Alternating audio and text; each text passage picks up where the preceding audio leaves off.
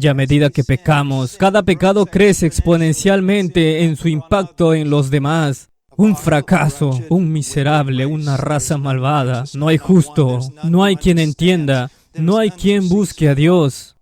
Esto está hablando de ti, fuera de Cristo. Esto está hablando de mí, fuera de Cristo. Así es como Dios ve a la humanidad. Abran sus Biblias en el libro de Romanos, capítulo 3. Versículo 21. Pero ahora, aparte de la ley, se ha manifestado la justicia de Dios, testificada por la ley y por los profetas, la justicia de Dios por medio de la fe en Jesucristo para todos los que creen en Él, porque no hay diferencia, por cuanto todos pecaron y están destituidos de la gloria de Dios, siendo justificados gratuitamente por su gracia mediante la redención que es en Cristo Jesús, a quien Dios puso como propiciación por medio de la fe en su sangre, para manifestar su justicia a causa de haber pasado por alto en su paciencia los pecados pasados, con la mira de manifestar en este tiempo su justicia, a fin de que Él sea el justo y el que justifica al que es de la fe de Jesús. ¿Dónde pues está la jactancia? Queda excluida. ¿Por cuál? ¿Por la de las obras? No, sino por la ley de la fe. Oremos. Padre,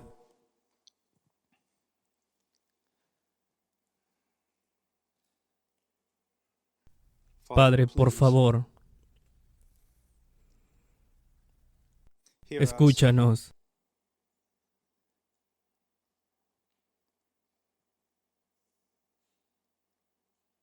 Señor, hay gente aquí que necesitan crecer en su entendimiento del Evangelio. Hay otros que no conocen el Evangelio. Señor, hay un rango tan amplio ante mí esta noche. Hay muchos que han caminado contigo por años y conocen tu verdad mejor que yo, pero me tienes aquí esta noche, así que, por favor, Señor, aclara tu Evangelio. Que tu Evangelio venga con poder.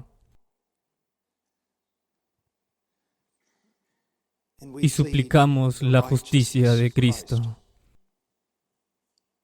Su nombre, nuestra única confianza. Si no haces nada, oh Dios, nada se hará. Por favor, reúnete para tu Hijo. En el nombre de Jesús. Amén.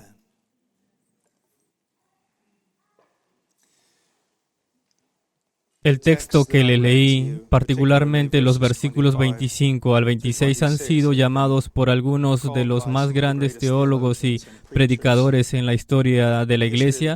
Es el Acrópolis de la fe cristiana, la alabanza. Acrópolis se refiere a una ciudad fortificada, la ciudad central, y creo que tienen razón en esa suposición. Si solo pudiera reservar una parte de las Escrituras, sería esta. Sería este. En él vemos el Evangelio de Jesucristo. Vemos el funcionamiento interno del Evangelio, vemos la mente de Dios, vemos esa mente como se revela en su obra de redención de una manera más magnífica. Camino con la claridad inusual, debes entenderlo. Si no entiendes este pasaje, no entiendes el Evangelio. Sí, puedes entender el Evangelio de una manera muy simple y de una manera de salvación. Un niño puede ser entendido con solo unas pocas palabras, sin embargo, no están llamados a ser niños. Están llamados a ser maduros. Los loros repiten sin pensar lo que han escuchado, pero fuiste creado a la imagen de Dios para que sepas y entiendas lo que tienes. Y deben hablar con claridad. Algunos de ustedes necesitan crecer en su comprensión de cómo proclamar el Evangelio. Y algunos de ustedes pueden simplemente necesitar conocer el Evangelio porque no lo hacen, ni intelectualmente, académicamente o de forma salvadora. Esta noche, no planeo ninguna emoción que levante la voz, aunque eso puede suceder. Pero es para exponer claramente el Evangelio de Jesucristo. Ahora, me gustaría decir otra cosa. He oído a predicadores decir durante demasiado tiempo que este país está endurecido por el Evangelio. No es necesariamente endurecido por el Evangelio. No sé quién le da ese tipo de derecho a alguien para decir tal cosa. Diré que este país es ignorante del Evangelio. Es ignorante del Evangelio porque la mayoría de sus predicadores son ignorantes del Evangelio. Entonces necesitamos entender el Evangelio. Y necesitamos proclamarlo. Así que vamos. Quiero comenzar en el versículo 23. Por cuantos todos pecaron y están destituidos de la gloria de Dios. ¿Eso te aterroriza? ¿Te ha aterrorizado alguna vez? ¿Sabes que puedes escuchar algo una y otra vez hasta que pierde su significado? Miembro C.S. Lewis y la travesía del viajero del alba. Cuando el barco se abrió paso en la oscuridad y escuchan gritos en el agua y sacan a ese hombre que está literalmente abrumado por el terror en las aguas negras y espesas. Lo jalan y los valientes soldados, los valientes marineros le dicen, hombre, ¿qué te puede asustar tanto? Y él dijo, dale la vuelta al barco, huye, huye. ¿Por qué? No tenemos miedo de que tus tontos se vuelvan a oír porque este es el lugar donde todos tus sueños se hacen realidad. Un marinero sonrió a otro y como diciendo, ¿cuál es tu problema? Y el hombre gritó, tontos, todos tus sueños se hacen realidad. Pensando en lo que se dijo finalmente, los hombres se lanzan a los aparejos de la nave y giran el barco lo más rápido posible.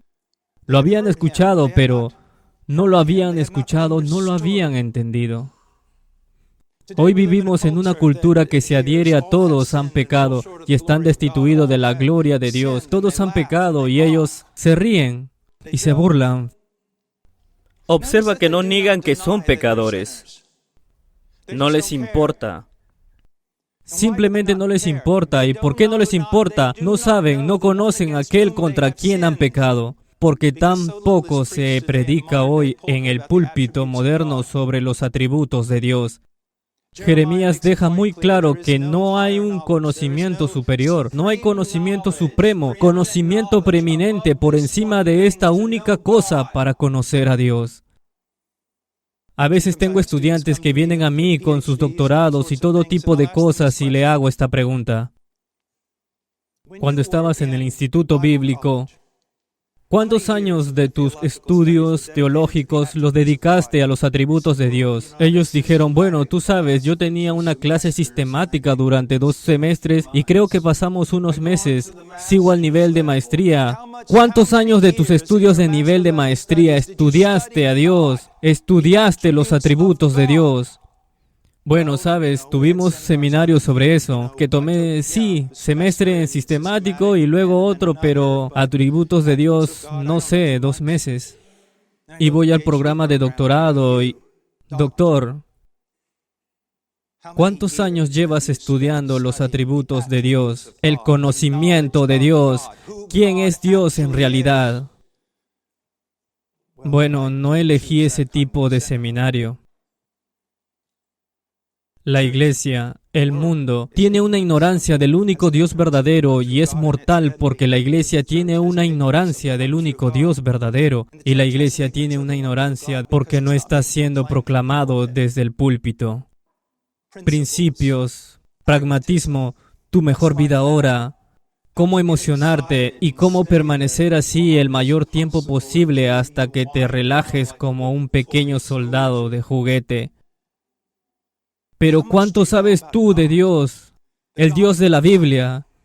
el que Isaías conocía cuando dijo: en el año que murió el rey Usías, vi yo al Señor sentado sobre un trono alto y sublime, y sus faldas llenaban el templo. Por encima de él había serafines, cada uno tenía 6 alas, con 2 cubrían sus rostros, con 2 cubrían sus pies, y con 2 volaban. Y el uno al otro daba voces, diciendo: Santo, Santo, Santo, Jehová de los ejércitos. Toda la tierra está llena de su gloria. Y los quiciales de la puerta se estremecieron con la voz del que clamaba, y la casa se llenó de humo. Entonces dije: ¡ay de mí, que soy muerto! Porque siendo hombre inmundo de labios, y habitando en medio de pueblo que tiene labios inmundos, han visto mis ojos al Rey.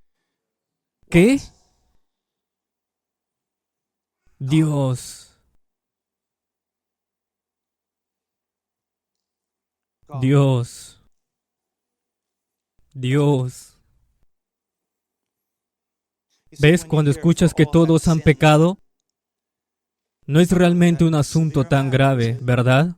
Pero lo que tienes que entender es que no has pecado contra el alcalde de algún pueblecito. Has pecado contra el Señor, creador de los cielos y la tierra. Les dijo a las estrellas que se colocaran en sus lugares asignados, y se inclinaron y adoraron. Les dijo a los planetas: te moverás en estas órbitas y no saldrás de tu rumbo. Y dijeron: amén. Le dijo a las montañas que se levantaran, le dijo a los valles que se derrumbaran, le dijo al mar bravo que hasta aquí llegarás a este lugar y no vayas más. Y el mar adoró, te miró y te dijo: ven tú, y dijiste: no. Y por eso en el día del juicio toda la creación se pondrá de pie y aplaudirá cuando Dios eche tu alma al infierno. ¿Es este Dios demasiado para ti? En tus sentimientos mileniarios, todos han pecado y están destituidos de la gloria de Dios. ¿Tienes miedo? ¿Que debería ser así? Todos pecaron y están destituidos de la gloria de Dios.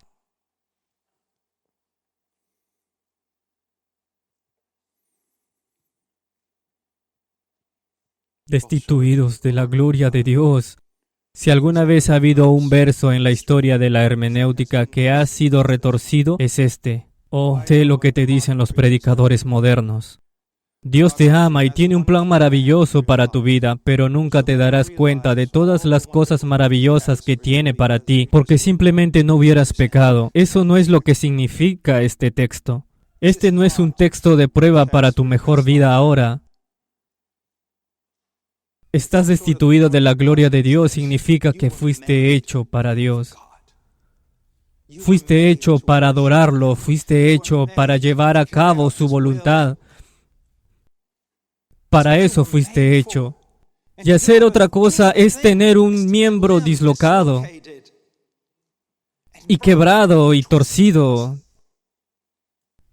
Debe ser estropeado y destrozado y hecho estúpido y sin vida como un animal.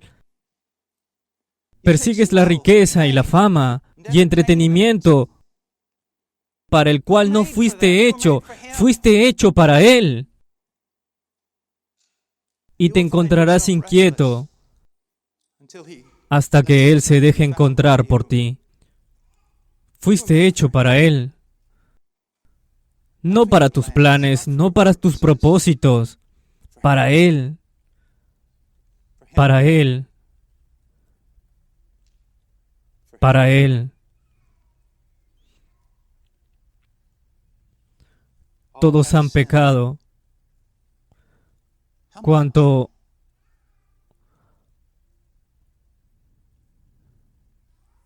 Miren Romanos capítulo 3, versículo 9. ¿Qué pues? ¿Somos nosotros mejores que ellos? En ninguna manera, pues ya hemos acusado a judíos y a gentiles que todos están bajo pecado. Esta es una descripción de la humanidad. Pero no mires a la humanidad como un colectivo. Esto está hablando de ti. fuera de Cristo. Esto está hablando de mí, fuera de Cristo. Así es como Dios ve a la humanidad. Así es como Dios te ve. Porque no hay justo ni aun uno. ¿No es sorprendente la sabiduría de las Escrituras? Dios sabía en su sabiduría que no es suficiente decir que no hay ni un justo, porque inmediatamente el hombre volverá con una refutación. Es como si Dios estuviera diciendo que no hay ningún justo, y el hombre dice sí, pero ninguno. Nadie es justo. ¿Qué significa ser justo? La idea raíz es algo recto, un estándar, tener una norma de justicia, y ese es el carácter de Dios. Ser justo es conformarse a esa norma. Ser recto con esa norma. No ser justo es ser torcido. Otra palabra que podría usar, pervertido. Ese eres tú. Ese soy yo. Esa es la humanidad ante Dios. Y aparte de la obra redentora de Dios. No sé si alguna vez has visto en América del Sur, los tenemos, pero algunos lugares en América del Norte también, donde sacas una anguila del agua y la cosa ha vivido en el barro, es una anguila de agua dulce y la han sacado y está sucio y girando, ni siquiera puedes agarrarlo, es todo lo que parece una criatura horrible que eres tú moralmente. Te deja moralmente aparte de Cristo, fuera de Cristo, ese eres tú ahora. En este punto te puedes estar preguntando por qué. No digas que somos nosotros en lugar de ti, porque quiero que no encuentres consuelo en el colectivo. Dios te está mirando como un individuo. No mires a la izquierda, no mires a la derecha, no trates de incluir al predicador en esto. Este eres tú. Este eres tú.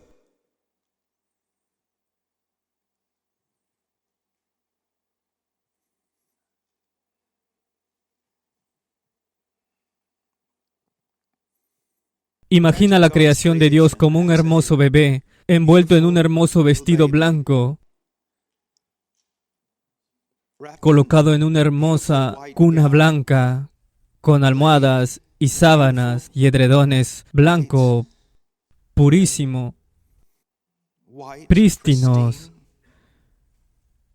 Y Dios besa la frente de lo que ha hecho y se aleja y cierra la puerta y regresa a la mañana siguiente y encuentra una serpiente. Ha salido de la cloaca sucio y miserable, estropeó toda la cuna en su hedor y se envolvió alrededor de la cosa que Dios amaba. Y lo estrangulas hasta la muerte. Tú dices, oh, esa es una maravillosa descripción de Satanás. No estoy hablando de Satanás, estoy hablando de ti.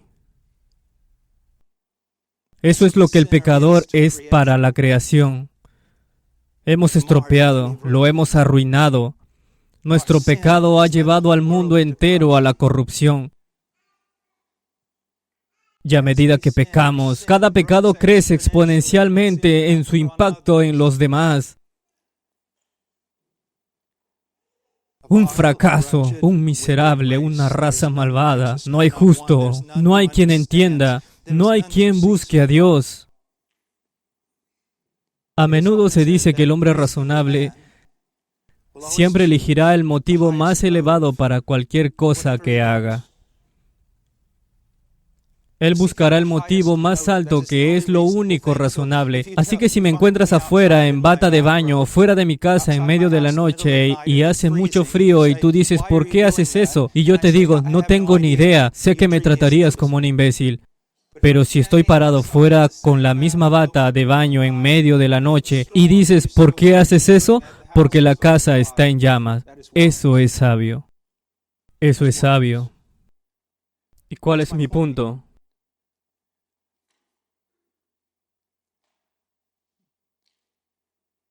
La razón más elevada, el mayor bien para la humanidad es buscar a Dios y buscar el conocimiento de Dios. Es lo más razonable, es lo más lógico. Es lo más racional que se puede hacer, pero ¿qué hace la humanidad? No hay quien entienda, no hay quien busque a Dios. Todos se desviaron a una, se hicieron inútiles. Fuimos hechos para Él. Ahora, completamente inútiles. Eso es la humanidad. De ningún profeta a Dios. Y luego sigue y dice, no hay quien entienda, no hay quien busque a Dios. Todos se desviaron a una, se hicieron inútiles. No hay quien haga lo bueno. Sí, pero no hay ni siquiera uno. Una mayoría de las personas con las que hablo en la calle a menudo, en la iglesia y en las escuelas cristianas, siempre defenderán su moralidad como la esperanza de su salvación. Estoy bien. Si tuviera un centavo por cada vez que alguien me dijo que era bueno, entonces Dios es mentiroso en tu opinión. Porque Dios dice que no eres bueno. No hay bueno ni uno solo. Quiero decir, en comparación con Adolfo Hitler, todos pueden obtener A o B, pero en comparación con Dios, no hay ni uno bueno. No, ni uno. Y dice, sepulcro abierto es su garganta, con su lengua engañan, veneno de áspida hay debajo de sus labios. Así es como Dios ve una mentira. ¿Alguna vez has dicho una mentira? Has dicho muchas mentiras, pues cuenta el número de tus mentiras. Puedes verlas como mentiras piadosas, pequeñas mentiras, mentiras inofensivas. Pero así es como Dios lo ve. Tu garganta es una tumba abierta. Es un asqueroso y podrido pozo negro de muerte. En tu lengua es como una víbora. Engaña, veneno hay en tus labios. ¿Ves que Dios no ve las cosas como nosotros vemos las cosas? Déjame ponértelo de esta manera. Ni siquiera ves las cosas como las veía tu abuela. ¿Entiendes lo que estoy diciendo? Hace solo 70 años, había ciertas cosas que si las hacía en público serías arrestado o puesto en un psiquiátrico. Pero en tu generación son aplaudidos. En cuestión de tan solo 70 años, 7 décadas, si tus padres y tus abuelos pudieran volver contigo, pensarían que te habías vuelto loco. Así que en solo un espacio de 70 años, en el espacio de cuando estabas en la escuela, fue fundado en 100 años. Si alguien de hace 100 años regresara y ver la moralidad de este país e incluso lo que va a aceptar y ver, te habrían llamado loco retorcido, malvado, mentalmente. ¿Hasta qué punto ha caído el hombre desde Adán? ¿Qué tan lejos estamos de la opinión de Dios? Todos han pecado. Su boca está llena de maldición y de amargura. Sus pies se apresuran para derramar sangre. Quebranto y desventura hay en sus caminos, y no conocieron camino de paz. Un filósofo dijo que si tenemos un día sin guerra, es simplemente porque todos están cargando sus armas. Matar, mutilar.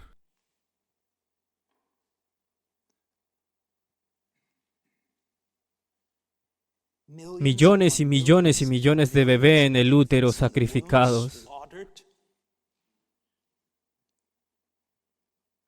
El número de muertos más allá de cualquier cosa que nadie ha visto en la humanidad. A los infantes.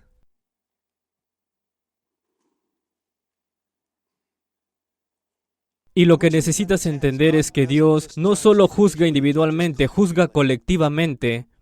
Juzga a los hombres y juzga a las naciones, los juzga juntos.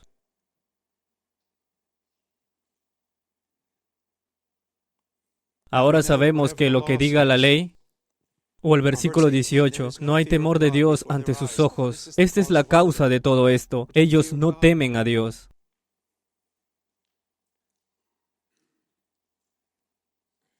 Dime qué significa miedo. Bueno, significa miedo. Si hubiera significado otra cosa, yo hubiera escrito otra cosa. Significa miedo.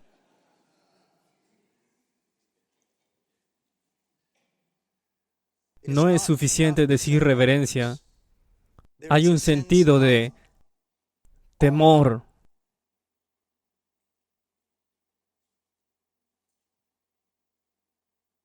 Un sentido de alteridad. Es algo así en el libro de Apocalipsis, cuando toda la creación huye de su presencia.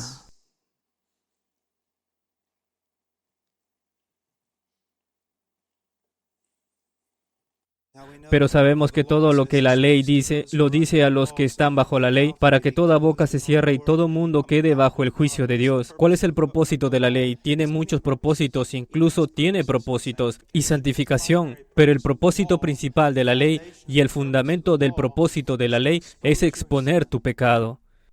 ¿Y sabías que Proverbios es lo mismo que la ley? La ley te dice que eres un pecador y necesitas de Cristo. Lees Proverbios y dice que eres un tonto y que necesitas a Cristo. Ese es el propósito de la ley. Ahora sabemos que todo lo que dice la ley habla a los que están bajo la ley, para que toda boca se cierre. ¿Qué es lo que sucede en la realidad? Predicando, el predicador pone un piso de concreto. El predicador pone barras de acero de este lado, barras de acero de este lado, y barras de acero al frente de ti, y barras de acero atrás de ustedes, para que el único lugar donde puedas mirar ahora sea arriba. Estás condenado, y la única salida es hacia arriba.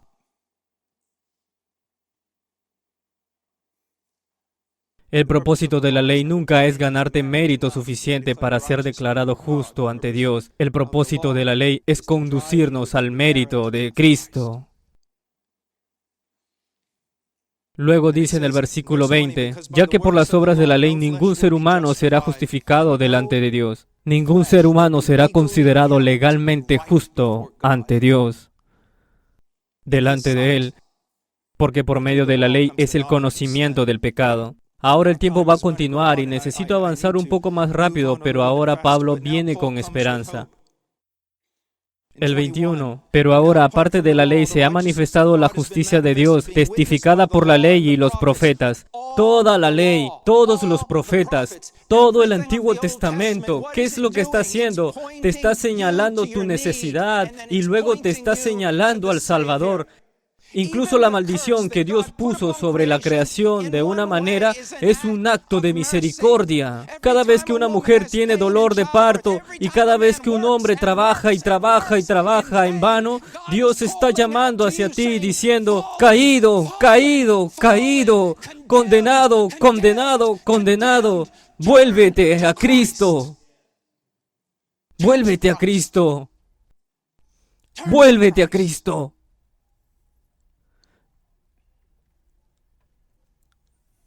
Pero ahora, aparte de la ley, se ha manifestado la justicia de Dios, testificada por la ley y los profetas. La justicia de Dios por medio de la fe en Jesucristo, para que todos los que creen en Él, porque no hay diferencia. Cristo. Cristo. Un joven me dijo una vez que estaban todos emocionados y dijeron que sí. Cristo es todo lo que necesitamos. Y dije, joven, Cristo es todo lo que tenemos. No tienes nada más aparte de Cristo. Nada. La palabra destituido debe ser frecuente en tus labios. Aparte de Cristo, estoy destituido. No lo encuentro a la mitad del camino. No aporto nada a mi salvación excepto mi pecado. No es 99% Jesús o 99 Jesús y 1% de ti. Y si fuera un 1% de ti, tú todavía te irías al infierno, porque fallas en ese 1% y yo también. Es todo de Cristo. Y cualquier religión que no lo enseñe de esta manera es solo una pobredumbre vil y apestosa. Hipocresía farisaica. Hipocresía farisaica. Es solo Cristo. ¿Por qué los predicadores de antaño hablaban de arar? Esto es arar. Esto es decirle a usted. He trabajado en muchos empobrecidos países en los que he trabajado en lugares donde la gente se moría de hambre. Si le ponían un sándwich de mortadela en las manos de Bill Gates, lo tiraría al suelo. No lo necesita. Un poco de agua y ese sándwich de mortadela le ponía en las manos de algunos de los pobres con los que he trabajado y caían de rodilla y querían besarme en las manos. No quieres a Dios, no necesitas a Dios porque no ves tu necesidad. Y tal vez incluso algunos de ustedes se han unido a esta universidad cristiana solo para que de alguna manera obtengan un beneficio de ella, pero Cristo no es el centro de tu vida. Y tu condenación será mayor.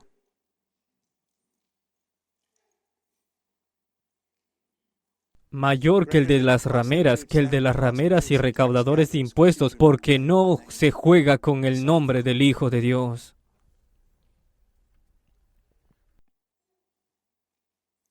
Todos pecaron y están destituidos de la gloria de Dios. Todos. Y ahora Pablo va a hacer un giro en el pasaje. Nos dirigimos a la esperanza. Ahora está hablando con el cristiano y ha dicho que no puedes ser justo ante Dios a través de tu ley y a través de tu iglesia, a través de tu religión, aflicción y a través de su identificación con algún predicador o sacerdote. Todo eso es correcto, nada de eso funciona, nada de eso, nada de eso. Luego continúa diciendo, pero siendo justificados gratuitamente por su gracia a través de la redención que es en Cristo Jesús. La redundancia se entiende siendo justificado como un regalo. Por su gracia. Podría haber dicho simplemente ser justificado como un regalo o ser justificado por su gracia, pero él quiere estar doblemente seguro de que entiendes lo que está diciendo. Es que estás justificado, es un regalo, es un regalo, es un regalo, es un regalo. ¿Por qué? Los hombres constantemente quieren decir que es mi trabajo, es mi trabajo, es mi trabajo, me lo gané, me lo gané, me lo gané.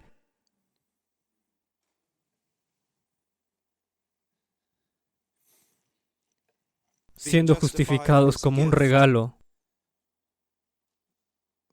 por su gracia.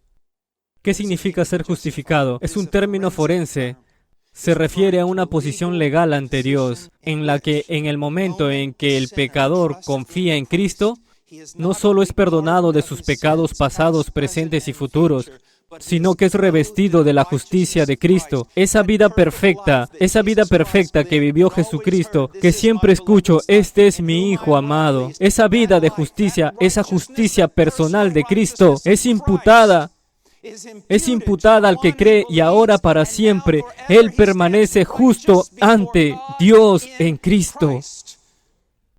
Mira, Cristo no es solo más grande que Moisés, es más grande que José. José no compartiría su túnica de muchos colores con sus hermanos. Jesús comparte su código de justicia con todos los que creen en Él.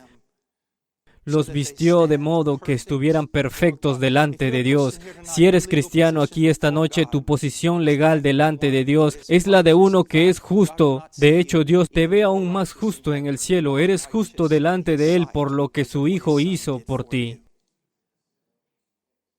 Y es todo, su Hijo. Míralo así. Todos los hermanos nos fallamos a todos. Fracaso. Fallamos. Pero nuestro hermano mayor triunfó por nosotros. Lo hizo el Dios, hombre Jesucristo. Ahora esta palabra, justificación, se aplica comúnmente a todo tipo de religiones. Pero quiero que mires algo por un momento. Si me acerco a algunas personas que se hacen llamar cristianos, En lugar de eso, si murieras ahora mismo, ¿a dónde irías? Dirían el cielo. Yo diría, ¿por qué? Estoy bien. Estoy bien. Ok. Me acerco a un judío ortodoxo, y le digo, ¿y si mueres en este momento, a dónde irías? Bueno, tengo la esperanza de ser reunido en el paraíso, en el camino de los justos. ¿Por qué? Porque he tratado de mantener la ley.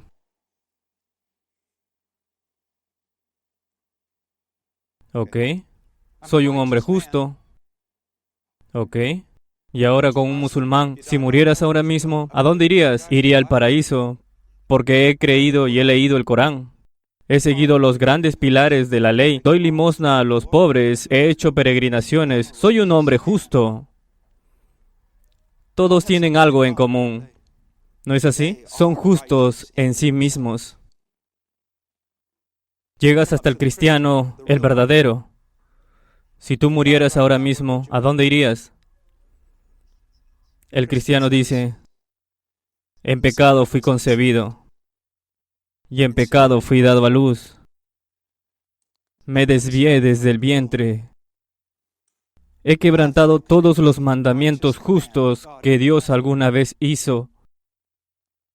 ¿Cómo podrías tener alguna esperanza de ir al cielo? Tengo la esperanza de que Jesucristo, el justo, lo hizo todo, lo hizo todo, lo hizo todo. La religión nunca se trata de que los hombres obtengan gloria. Se trata de que Dios obtenga gloria por salvar a los hombres.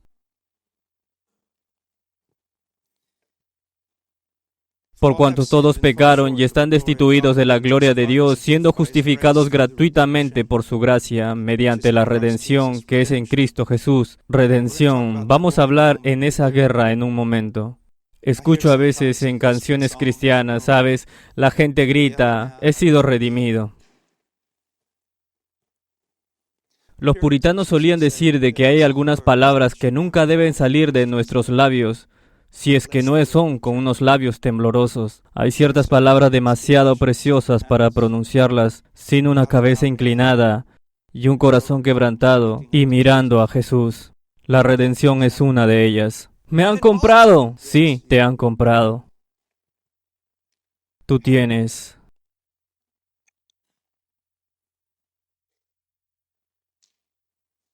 Ya sabes, la idea de redención es que tiene un prisionero condenado, vil, preso. Tienes un esclavo o tal vez cautivo en una guerra que se lleva a cabo en cadenas. La redención es el pago de un precio que podrían salir libres. Ahora debes entender por la metáfora, por supuesto, que el precio no vendrá del prisionero o del esclavo. Tiene que venir de afuera, tiene que ser externo. ¿Por qué la redención es tan preciosa para los cristianos? Que piensan un poco, que son maduros y sabios. La redención es tan preciosa porque la redención fue la sangre del Hijo de Dios. Sangre que fluyó cuando fue aplastado bajo la ira de su propio Padre. ¿A quién se le pagó la redención? ¿Al diablo? No. La redención fue pagada a Dios. ¿A Dios? Sí, a Dios. Ahora aquí es donde quiero que entiendas algo. Y si no has escuchado nada esta noche, escucha esto. Esto es muy importante.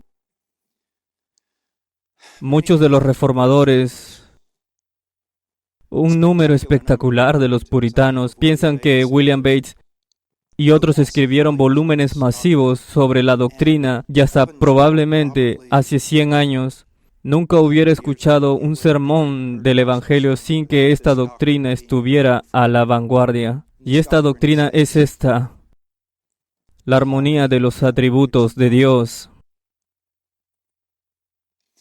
Cuando un teólogo dice que Dios es perfecto, tú piensas, bueno, Él está sin pecado. Realmente la idea aquí es que tú y yo tenemos atributos, ¿no es así? Características, y son mutables y cambiantes, y están completamente fuera de armonía. No hay armonía en nuestra naturaleza. Pero mira, Dios es perfecto, y los atributos de Dios armonizan perfectamente. A veces escucho mucho a estos predicadores tontos decir que, sabes que en lugar de ser justo contigo, Dios fue misericordioso. Así que presenta un problema teológico. Es un problema porque están diciendo que la misericordia de Dios es injusta. Eso no funciona. ¿Ves? Que Dios siendo perfecto, existe todos sus atributos en perfecta armonía. Y ahí está el problema. Porque Dios no solo ama, sino que Dios es amor. Nunca deja de ser amor. En cualquier circunstancia, porque es un atributo inmutable que significa característica inmutable de Dios. De la misma manera que Dios nunca dejará de ser santo o nunca dejará de ser justo, que Dios nunca disminuirá en esos atributos para que Dios nunca deje de ser amor. Él es amor. Pero aquí está el problema. También es solo... Él es justo. Él es justo. Y es por eso que Dios odia el mal. Lo odia con un odio que ni siquiera puedes empezar para sondear las profundidades de Él. Odia el mal, lo odia. Y tú dices, oh sí, sí, tú sabes, Dios odia el pecado y ama al pecador. Oh bien, eso hace buenas canciones, pero con muy mala teología. Porque no puedes separar el pecado del pecador, y Dios no arroja el pecado al infierno, arroja a los pecadores al infierno. Ahora solo escucha por un momento, para que no me creas del todo equivocado. Salmo 5:5.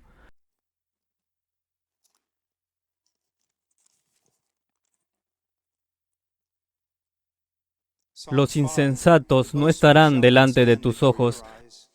Aborreces a todos los que hacen iniquidad. Otra traducción dice que odias a todos los que hacen mal. ¿Eso describe a alguien aquí en la audiencia esta noche? Aborrece a todos los que hacen el mal. No dice que aborrece el pecado, dice que aborrece a los que cometen pecado. Los aborrece el pecado y los aborrece a ellos. Su ira es manifestada contra ellos. ¿Y por qué? Es justo. Él es justo. Ahora tú dices, bueno, tú sabes, eso no me gusta. Bueno, está bien, déjame darte otro texto. Salmo 7. Dios es un juez justo y Dios está airado contra el impío todos los días. Si tuviera un centavo por cada predicador en la televisión que dijo a la gente, ahora, lo primero que quiero decirte es que Dios no está enojado. Bueno, lo primero que quiero decir es que en realidad está extremadamente enojado. Pero aquí está la pregunta, que es una pregunta teológica muy importante. Si estás sentado aquí, ¿sabes que no tiene mucho sentido? Bueno, estás pensando...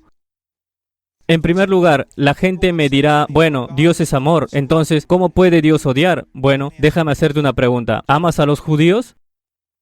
¿Amas a los africanos? ¿Amas a los bebés? ¿Lo haces? Ok.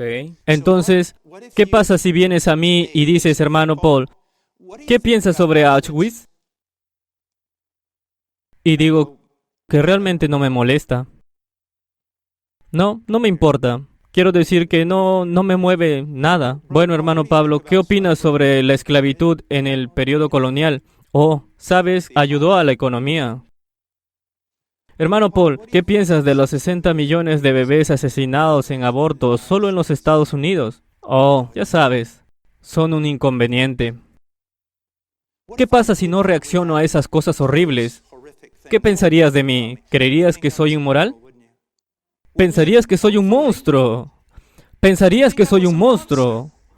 ¿Cómo puedes oír hablar de Auschwitz y de todos los judíos asesinados y torturados y experimentos y no tiene sentido la justicia? ¿Cómo puedes pensar en la esclavitud colonial y no solo retorcerte de ira? Y tú, sin embargo, dices, lo hago porque soy justo. Y yo te digo, oh, tienes derecho de hacer eso, ¿y Dios no? Entonces, tienes derecho a estar enojado y declarar la guerra a quien acabo de describir en Romanos 3. Tienes derecho a sacar el pecho y decir, haré justicia, odio todo lo que es malo, amo la justicia, pero en el momento en que te digo que Dios hace exactamente eso, tú dices, no me gusta un Dios así.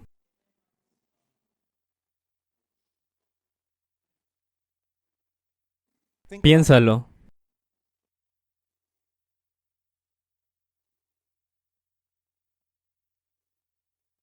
Estaba predicando sobre Noé y una vez una señora dijo que ese no es mi Dios y yo le dije, ciertamente no lo es.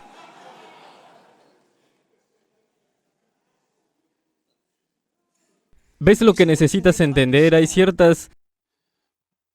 Tengo relaciones en todo el mundo, a veces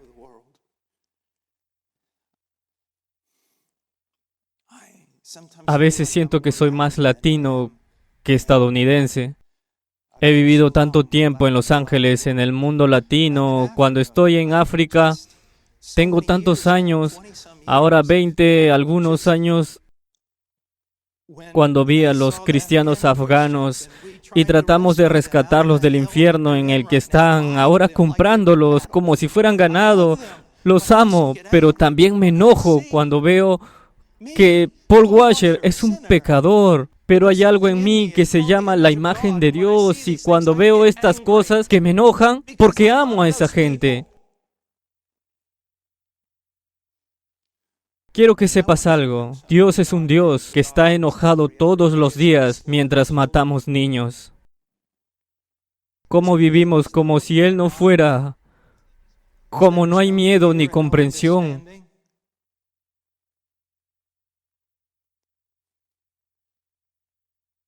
¿Cómo nosotros somos víboras y nuestros hijos son como víboras nacidas?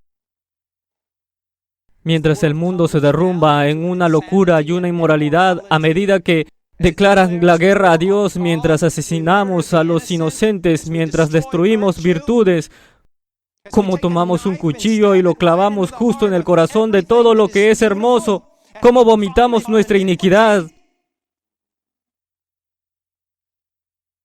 Sí, Dios odia.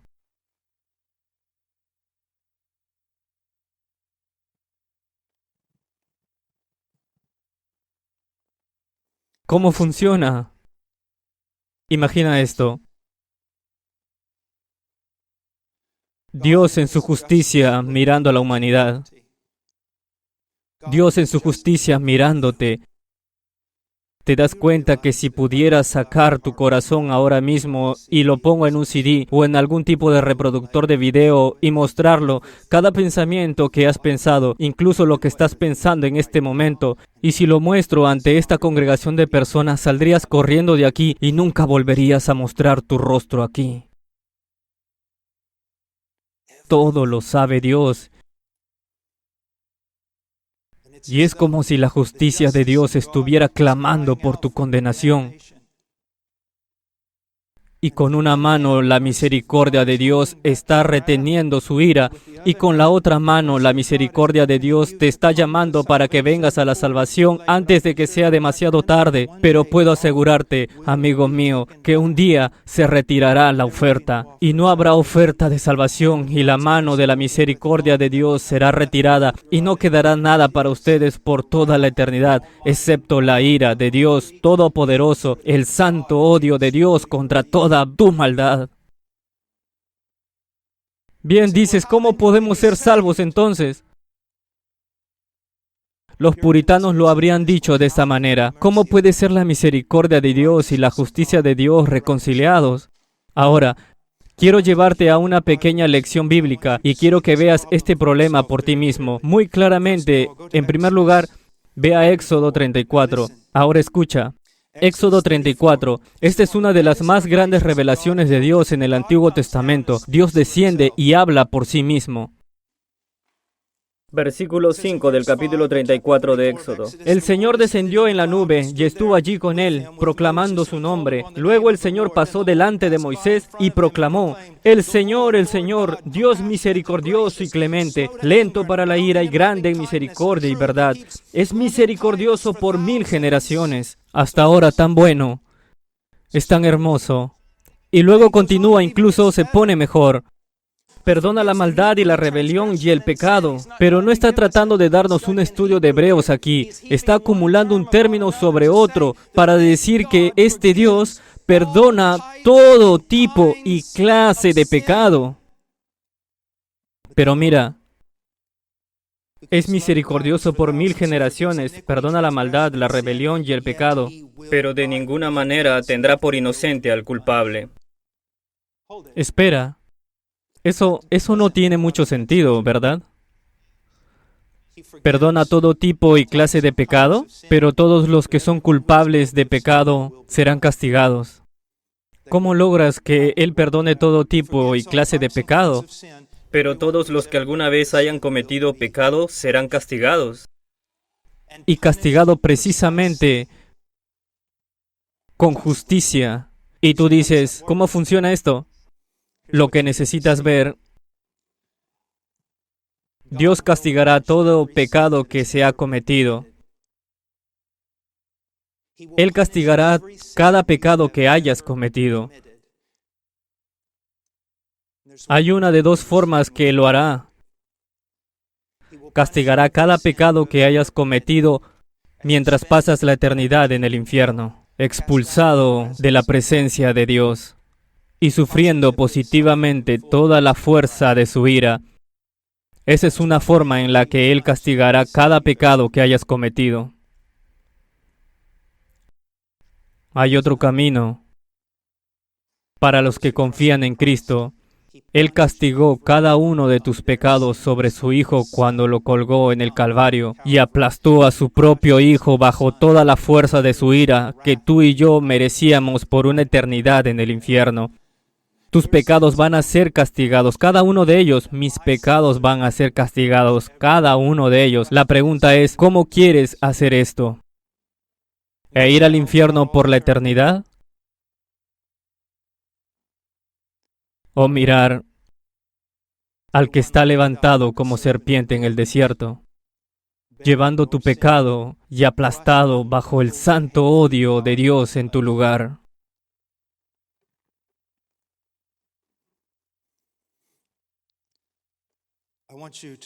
Quiero que vayas ahora a otro texto. Quiero que pienses, mira Proverbios 17:15. Dice, hablando solo de un proverbio, y dice que cualquiera que justifica al impío y el que condena al justo, ambos por igual son abominación al Señor. Ahora mira este texto, míralo. El que justifica al impío y el que condena al justo, ambos por igual son abominación al Señor. Abominación traduce una palabra hebrea que es probablemente la más fuerte que tenemos. Es una palabra horrible. Es una abominación vil, repugnante. Pero mira lo que dice: el que justifica al impío y el que condena al justo, ambos iguales son una abominación al Señor. Pero, ¿sobre qué cantamos todos los domingos? Dios justifica a los malvados. Dios justifica al impío, pero Dios dice que cualquiera que justifique al impío es una abominación para Él. Así que, ¿cómo puede Dios justificar a los impíos? ¿Ves que esa es la pregunta de Pablo en Romanos 3? ¿Cómo Dios puede justificar a los impíos cuando cualquiera que justifica al impío ante Dios es una abominación? ¿Cómo puede hacerlo?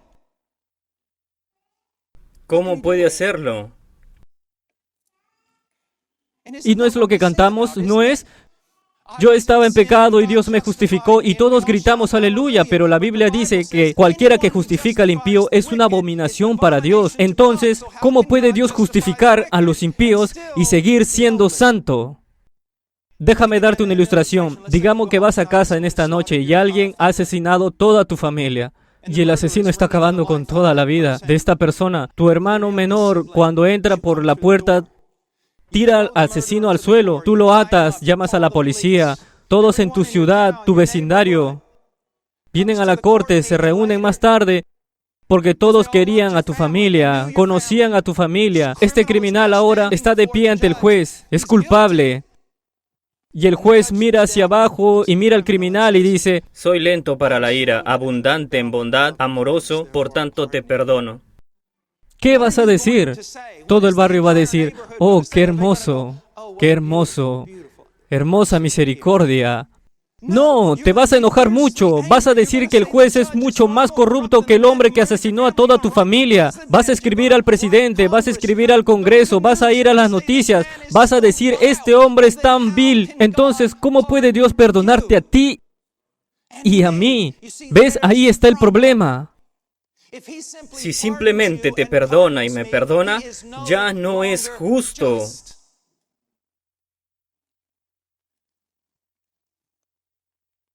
Ahora vaya un texto más, Miqueas, capítulo 7, versículo 18. ¿Qué otro Dios hay como tú, que perdona la maldad y olvida el pecado del remanente de su pueblo? Tú no guardas el enojo todo el tiempo, porque te deleitas en la misericordia. Tú volverás a tener misericordia de nosotros, sepultarás nuestras iniquidades y arrojarás al mar profundo todos nuestros pecados. Así que aquí lo tenemos. Tenemos estas personas que han pecado y merecido la justicia de Dios. Y sin embargo ahora están cantando que Dios es lento para la ira y abundante en bondad y amoroso y los va a perdonar. Pero ¿cómo lo va a hacer? Mira lo que dice. Él pisará nuestras iniquidades bajo sus pies. Sí, arrojarás nuestros pecados a las profundidades del mar. Para que entendamos bien estas canciones cristianas. Iván, sabes que Dios ha pisado nuestros pecados bajo sus pies. ¡Aleluya! Ha arrojado nuestros pecados al mar. ¡Aleluya! Esto es divertido, esto es maravilloso. No entiendes nada. ¿Crees que tomó tu pecado, lo tiró al suelo y lo pisoteó? ¿Crees que tomó tu pecado, lo enrolló y lo tiró al mar? ¿Eso es lo que piensas?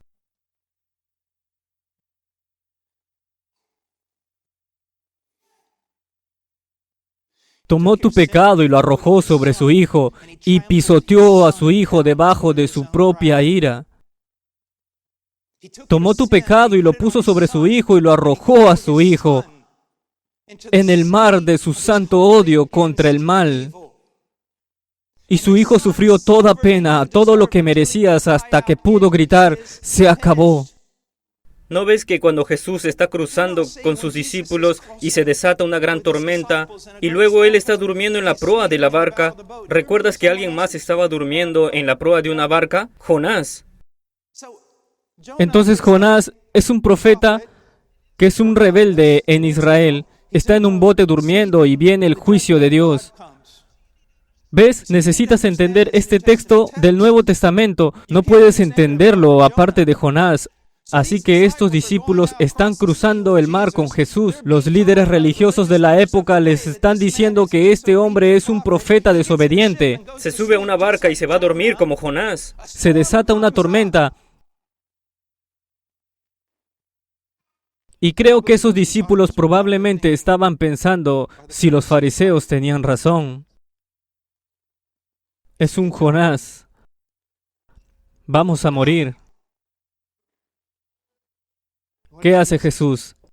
Sale y dice: paz.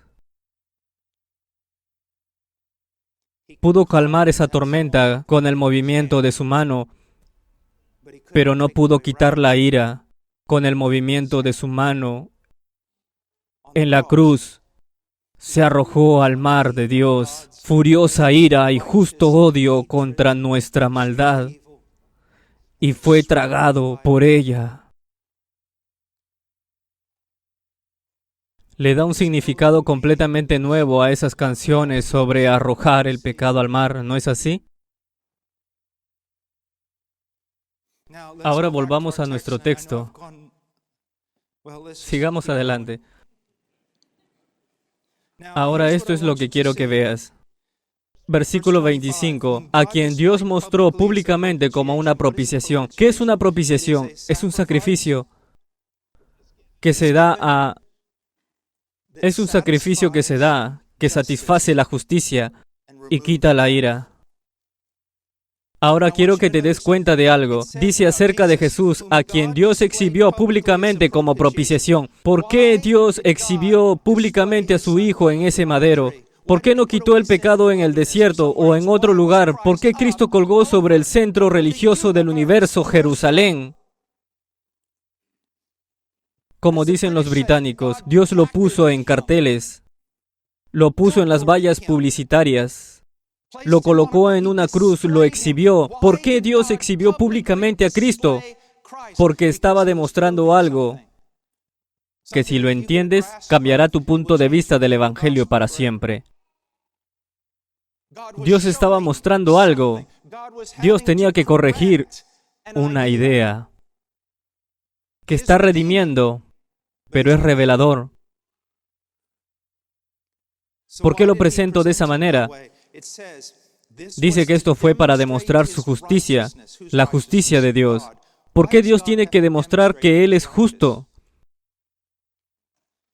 Porque en la paciencia de Dios, Él pasó por alto los pecados cometidos anteriormente. ¿De qué está hablando? Así que, solo a modo de ilustración,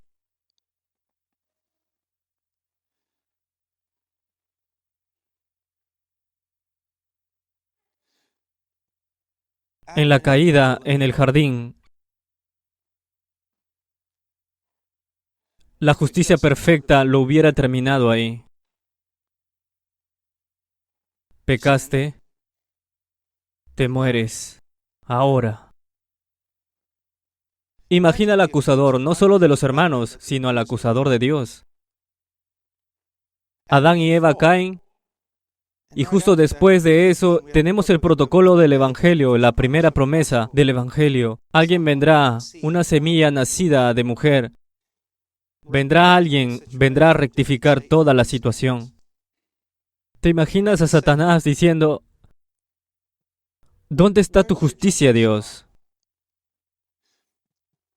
Han comido de ese árbol, deben morir.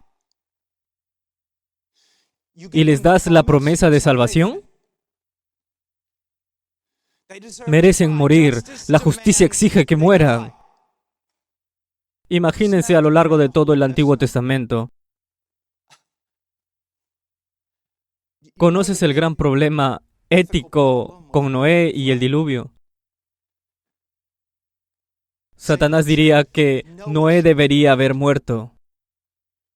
Noé merecía la muerte tanto como nadie más, y eso es cierto, que Noé era un pecador. Lo demostró más tarde, ¿no? Ellos merecían morir. ¿Dónde está tu justicia? Aquí no veo justicia.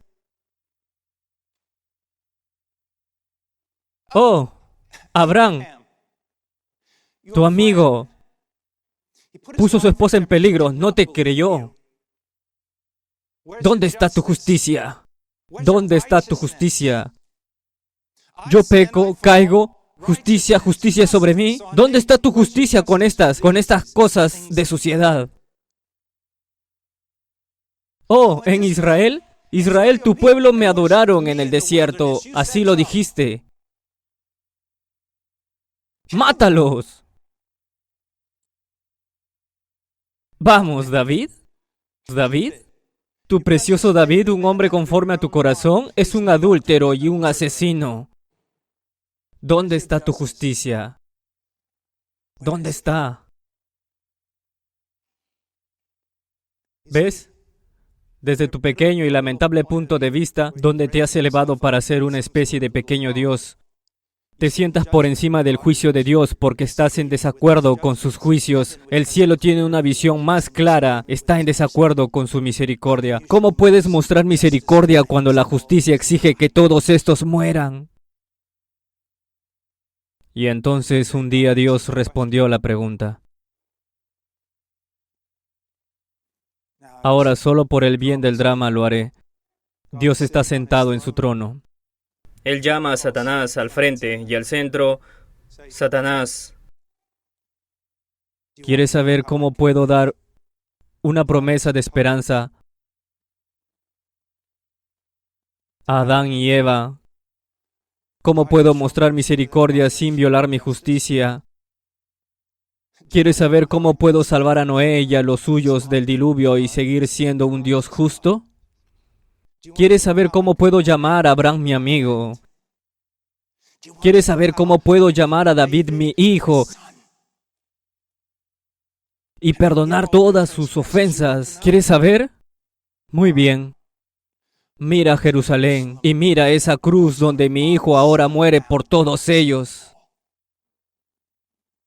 ¿Ves eso? ¿Ves eso? Dices que somos salvos por la fe. Tu fe no significa nada si no hay expiación por tu pecado. Si la justicia no se satisface, no importa tu fe. El pecado tiene que ser quitado, la justicia de Dios tiene que ser satisfecha. Y eso fue lo que pasó en ese madero. Para que tengamos a Cristo en el jardín y grita 3 veces, deja pasar esta copa de mí, deja que esto pase de mí, deja que esta copa pase de mí. Lo que había en la copa. Escucho a estos predicadores, especialmente en Semana Santa. Dios mío. ¿Cómo puedes escuchar estas cosas que hablan de los clavos y la corona, y la lanza y las palizas y todo lo que era un aspecto de la revelación de la ira de Dios sobre su Hijo? Pero lo que necesitas para entender lo que había en la copa, escuchen esto, porque así dice el Señor, el Dios de Israel, así me dice, toma esta copa del vino de la ira de mi mano y dar a beber a todas las naciones a las cuales os envío, beberán y se tambalearán y enloquecerán a causa de la espada que yo enviaré entre ellos. ¿Quieres saber lo que había en la copa? Estaba la ira de Dios Todopoderoso contra ti. Su espada estaba en la copa. Eso es lo que estaba en la copa. Por esas horas de oscuridad. ¿Por qué oscuridad? Quería mostrarlo y luego, de repente, la oscuridad. Yo no creo que haya sido un día nublado. Yo creo que es la misma oscuridad que habrías visto en Egipto cuando un hombre no podía ver su mano delante de su rostro. ¿Por qué? Porque Cristo no podía tener consuelo mientras colgaba de ese madero. No podía mirar ni siquiera a las mujeres. Juan desde lejos se sentó, incluso las mujeres llorando.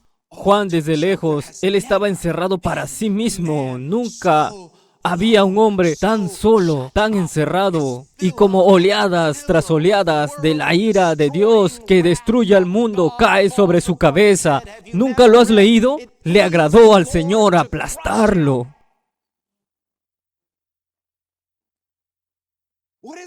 ¿Qué es la cruz? Dios aplastando a su Hijo bajo su ira, como su Hijo lleva el pecado mientras su Hijo cuelga en tu lugar. Y siguió, y siguió, y siguió. Fue encerrado en eso como abajo. Fue encerrado en eso como abajo, después de haber subido la ira de Dios. Y creo que ningún hombre ni arcángel, no importa quién, nadie más que la mente de Dios comprenderá lo que alguna vez, lo que Cristo sufrió en aquella cruz, esas horas de oscuridad.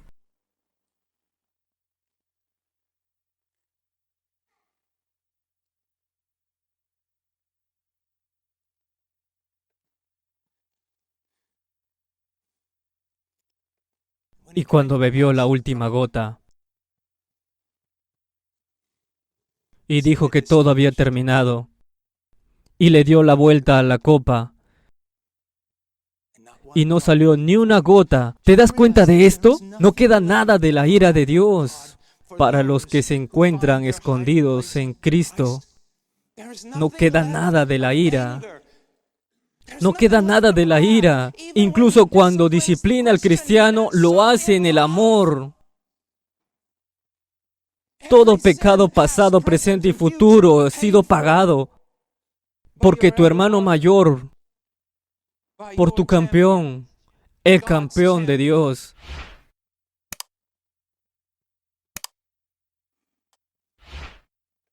murió una muerte sangrienta y lo pagó todo. Habiendo Dios hecho eso, ¿realmente quieres presentarles tus obras a Él en el día del juicio y decirle, no necesito a tu hijo? Lo haré bien por mi cuenta. Sostén tu religión, tu sacerdote, tu predicador. ¿Realmente borrachos, drogadictos, prostitutas, los ladrones y asesinos pueden encontrar un camino al cielo a través de Jesucristo? Pero para los farisaicos necesitan que se les diga que no entrarán a través del ojo, que no entrarán por el ojo de una aguja, con una pizca de santurronería en la espalda. Es por Cristo y solo Cristo. Él murió. Eso es lo que me controla. Él murió por mí. Él murió por ti. Pero no se quedó muerto. Arriba, se levantó de la tumba. Se levantó. El que fue entregado a causa de nuestras transgresiones, también resucitó a causa de nuestras transgresiones, aunque de una manera extremadamente el texto es difícil. Pero al menos la idea central aquí es que... Bueno, déjame ponértelo de esta manera. Todas estas preguntas acerca de si Dios es justo o cómo Dios puede ser justo y misericordioso al mismo tiempo, Cristo respondió esa pregunta en la cruz en un sentido, reivindicó a Dios. ¿No fueron todas esas acusaciones a lo largo de todos los siglos de que Dios no era justo? Cristo reivindicó a Dios cuando murió en ese madero. Y cuando Dios lo resucitó de entre los muertos, Dios reivindicó a su Hijo. Y Él les demostró algo. Cuando Dios lo resucitó de entre los muertos, Él fue diciéndote que cada uno de tus pecados es expiado por todos. Y esto es prueba de que lo levantó de entre los muertos. Se acabó tu deuda. Miro atrás de mi vida, antes de Cristo, y desearía no haber sido lo que era. Y quisiera no haber cometido los pecados y los crímenes que cometí contra un Dios santo y contra la gente. Pero de otra manera casi aplaudo que fui vil. Agradezco. Lo agradeceré si me hace ver cuánto necesito a Jesús y que no tengo nada para Él. Llegaremos al cierre. Quiero leerte uno de mis pasajes favoritos. Los reformadores. Es mesiánico según los rabinos. Cristo ha resucitado de entre los muertos. Y 40 días después asciende el hombre. Dios, sí, pero el hombre. Cristo Jesús, huesos de nuestros huesos y carne de nuestra carne. Mi hermano, sube y llega a las puertas de la gloria, a las puertas del cielo. Y esto es lo que dice: alzad, oh puertas, vuestras cabezas, alzad puertas eternas, para que entre el Rey de la gloria. Spurgeon y otros han dicho, a su voz todos dicen en el cielo, corren hacia el parapeto y miran por encima del muro del cielo y dicen, ¿quién es este? ¿Quién se atreve a mandar en el cielo? ¿Qué hombre ha llegado tan lejos? ¿Qué hombre se atreve a poner su mano en este pestillo? Jesús responde. Ellos preguntan, ¿quién es este Rey de la gloria? Jesús responde, el Señor fuerte y poderoso, el Señor poderoso en batalla. Alzad, oh puertas, vuestras cabezas, alzad puertas eternas, para que entre el Rey de la gloria. En ese momento, Él abrió esas puertas, no por gracia, sino por su propia virtud, su propia justicia. Triunfó donde todos habían fracasado. Adán fracasó. Todos los descendientes de Adán fracasaron. Pero luego viene el Mesías, Cristo, el Rey, y prevalece. No solo obedeció a Dios de forma perfecta en todo aspecto de la ley, sino removió el pecado a través de su propia muerte. Resucitó de entre los muertos y ascendió al cielo y mandó que se abrieran esas puertas para nosotros. Cuando entró por esa puerta, todos en el cielo cayeron al suelo. Sube los escalones del trono de Dios, el hombre, Cristo Jesús, hueso de tus huesos y carne de tu carne. Y se sienta a la diestra de Dios. Y podría suponer que Dios lo miró y dijo, consumado es. El Hijo responde, Padre, efectivamente, consumado es. ¿Lo ves? ¿Realmente? ¿Podría haber algo más grande? ¿Puede haber algo más grande que eso? No es un cuento de hadas, no es un mito. Es un evento histórico.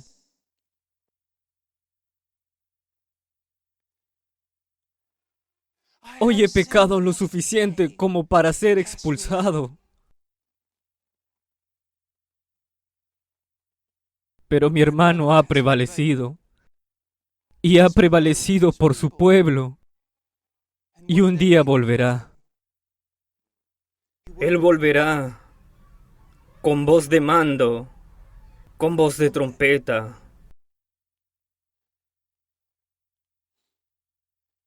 ¿Qué deberías hacer?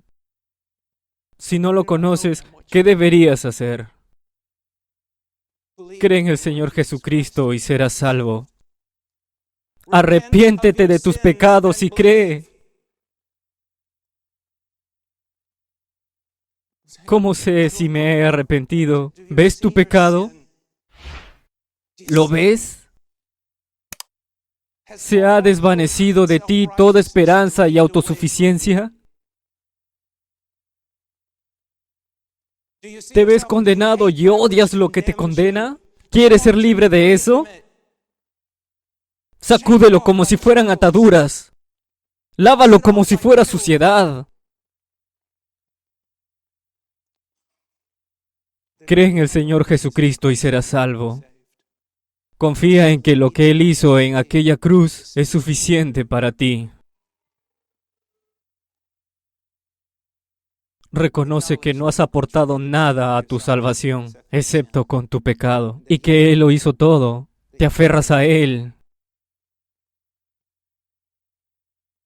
Le he dicho a la gente, corre hacia Él, pero no tengo fuerzas para correr. Camina hacia Él. No tengo fuerzas para caminar. Gatea hacia Él. No tengo fuerzas para gatear. Entonces simplemente cae sobre Él. Cae sobre Él.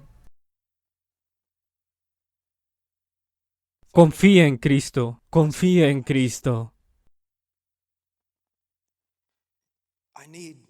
Necesito terminar, pero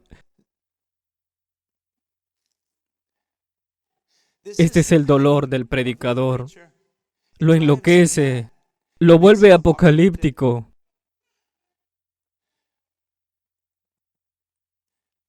Que sé tan poco acerca de esta cosa gloriosa, pero incluso lo que sé, no sé cómo decirlo con palabras. Supongo que ni siquiera las palabras de los ángeles podrían describir lo que Cristo es y lo que Cristo ha hecho. Oh, creed en Él. Ustedes jóvenes, no desprecien su vida, no desprecien sus vidas. Síguelo. Ahora tengo 61 años, he vivido en Él 40 años. No me arrepiento de nada de lo que perdí en su nombre. Solo me arrepiento de todo lo que guardé para mí. Yo confío en Él. Sírvele, sírvele. Conoce su evangelio. Predícalo. Pero lo más importante, cree en Él. Cree en Él. Creer, confiar en Él. Oremos. Padre, gracias por tu palabra. Gracias por tu Hijo. Oh Dios, su belleza casi duele. Su gloria es tan grande. Por favor, Dios, por favor, Dios, por favor, trabaja entre esta gente. Anima a los maduros, a los piadosos, a que sigan contigo, seguir adelante para conocer al Señor. Animar a los jóvenes, Señor, que los perdidos puedan ser salvados. Oh Dios, abre sus corazones, saca su corazón de piedra y reemplázalo con un corazón de carne. Haz una obra de tu espíritu, oh Dios, en el nombre de Jesús. Amén.